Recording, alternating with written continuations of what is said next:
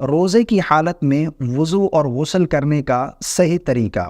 دو غلطیاں جو کہ اکثر لوگ کر جاتے ہیں غسل کرتے ہوئے یا پھر وضو کرتے ہوئے، جن کی وجہ سے ان کا روزہ فاسد ہو جاتا ہے اور ان کا روزہ ٹوٹ جاتا ہے، اور انہیں علم ہی نہیں ہوتا کہ ان کا روزہ باقی نہیں رہا، ان کا روزہ فاسد ہو چکا ہے۔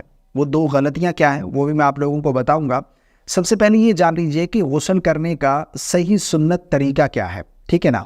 اس کے بعد پھر میں آپ لوگوں کو بتاؤں گا کہ دو غلطیاں جو کہ اکثر لوگ کرتے ہیں، تاکہ وہ آپ کو مسئلہ صحیح سے سمجھ آ جائے۔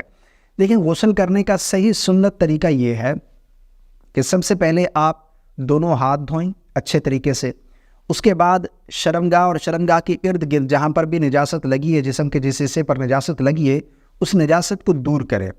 اس کے بعد نماز جیسا وضو کریں، جس طرح ہم نماز کے لیے وضو کرتے رہے اسی طرح مکمل وضو کریں، یعنی اس میں کلی کریں اور اس کے بعد پھر ناک میں پانی ڈالیں، اس کے بعد پھر چہرہ دھوئیں اور اس کے بعد پھر دونوں بازو پہنچوں سمیت پھر سر کا مسا اور دونوں پاؤں، اس طرح مکمل وضو کر لیں۔ وضو کرنے کے بعد پھر پہلے 3 مرتبہ دائیں کندھے پر، پھر بائیں کندھے پر اور پھر پورے بدن پر سر سے لے کر پاؤں تک پانی بہانا ہے، جسم کا کوئی بھی حصہ بان برابر بھی خشک نہ رہ جائے۔ یہ غسل کرنے کا صحیح طریقہ ہے، ٹھیک ہے نا۔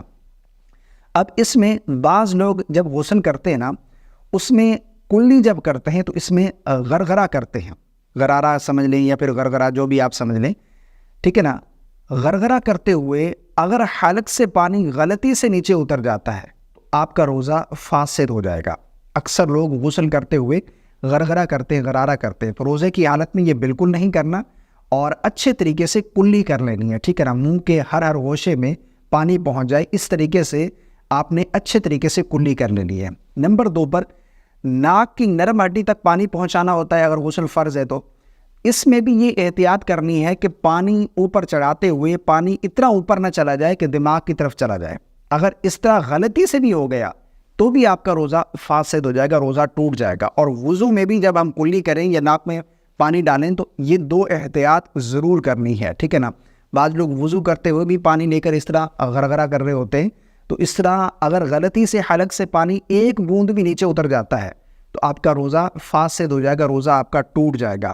اچھا، بعض لوگ پھر یہ بھی سوال کرتے ہیں کہ روزہ افطار کرنے کے بعد ہمیں دوبارہ غسل کرنا پڑے گا یا پھر دوبارہ غرغرہ کرنا پڑے گا؟ ایسا بالکل نہیں ہے، ٹھیک ہے نا۔